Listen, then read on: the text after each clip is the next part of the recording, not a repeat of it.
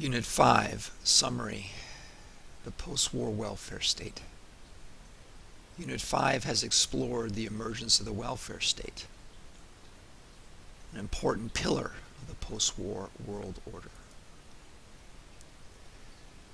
The post-war welfare state had complex origins, but the calamity of World War and the Great Depression combined to exhaust and disillusion ordinary people. After a decade and a half of crisis, ordinary people questioned established assumptions about the economy, state, and society, while this experience galvanized a yearning for a post-war state structure that would better protect ordinary people from hardships, want, and misfortune. Both the collapse of the free market economy and the successes of wartime total mobilization lent support to planning and the idea that the state could manage the economy and should intervene in society to ensure a level playing field.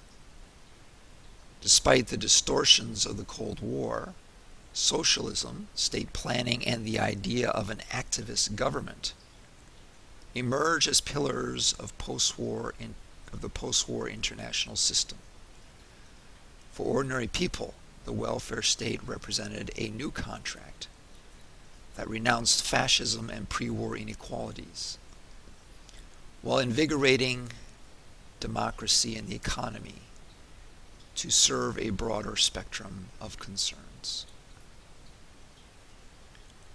World War II had been a global calamity, but its impacts were diversely felt throughout the world.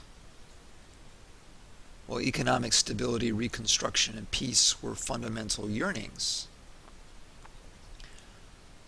post-war socialism emerged inside different contexts. Western European social democracy, Eastern European people's democracies, and North American consumer capitalism reflected a universal aspiration for stability, but they also reflected divergent political, economic, and cultural conditions. Western European social democracy.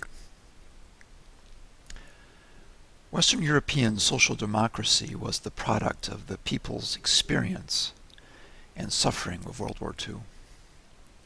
Throughout Western Europe, leftist coalitions won majorities with mandates to nationalize heavy industry, intervene in the economy, channel scarce resources towards reconstruction, and to provide a safety net according to the principle of fair share.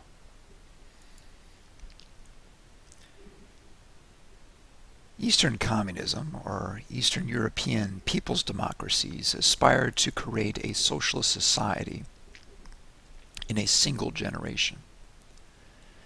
In order to transform a largely rural and conservative society into a modern industrialized one, Stalin unleashed force and terror that confiscated private property, summarily arrested enemies, real and imagined, and invested in heavy industry according to 5-year plans modeled upon the Soviet experience of the 1930s.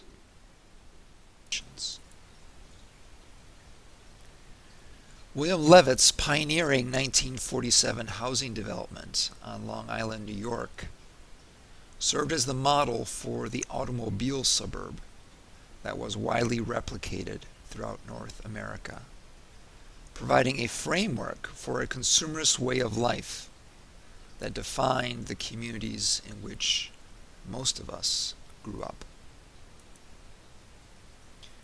The Western automobile suburb is architecturally dull, implicitly racist, and environmentally unsustainable. It is a metaphor for a people who live in a virtual bubble, who relate through the rest of the world through television and the internet, largely oblivious to the suffering of others or the destruction spawned by their pattern of consumption. In other words, the suburban way of life has achieved its original aspiration to escape from a complex world of entanglement and to allow its residents to enjoy simple pleasures and material consumption.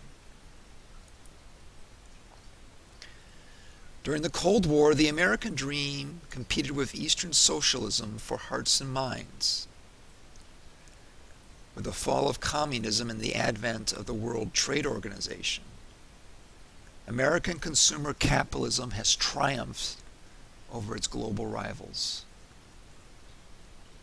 Today, a generic version of the American dream has become a universal aspiration as people throughout the world associate the good life and happiness with material prosperity and consumer goods. For many non-Western people, globalization represents the triumph of American culture and values.